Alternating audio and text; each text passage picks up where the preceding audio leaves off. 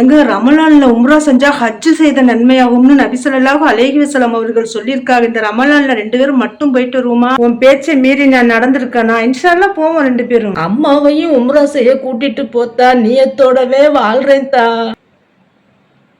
அங்கேனா ரொம்ப தொலைவுக்கு நடக்கணும், உங்கனாலேனா முடியாது. அதுனா நான் நடந்துருவேம்மா.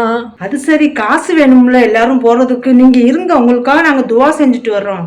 எங்க ரமலான்ல உம்ரா செஞ்சா ஹஜ் செய்த நன்மை கிடைக்கும். ஹஜ்ஜுடைய நன்மைக்கு சொர்க்கம் தான் கூலி. அதை எப்படியாவது நம்ம 2 பேரும் அடைஞ்சிடணும். ஏக்கா, அல்லாஹ் ஏற்கனவே தெளிவா சொல்லிட்டான், தாயின் காலடியில் தான் சொர்க்கம் உள்ளதுன்னு. அந்த சொர்க்கத்தை உதாசீனப்படுத்திட்டு நீங்க 2 பேரும் போய் அமல் செஞ்சு இனி எந்த சொர்க்கத்தை அடைய போறிய? முதலில் ஒருவருக்கு மிக அழகிய முறையில் உறவாடுவதற்கு தகுதியானவர் தாய் தான் என நபி ஸல்லல்லாஹு அலைஹி வஸல்லம் அவர்கள் சொல்லியிருக்கார். சொல்லாட்டினா அம்மாவும் பிள்ளையும் சந்தோஷமா அனுப்பி வைங்க. அவங்க செய்யற நன்மையின் கூலி உங்களுக்கும் கிடைக்கும். எந்த நன்மையும் நம்ம சாதாரணமா கருதக்கூடாது.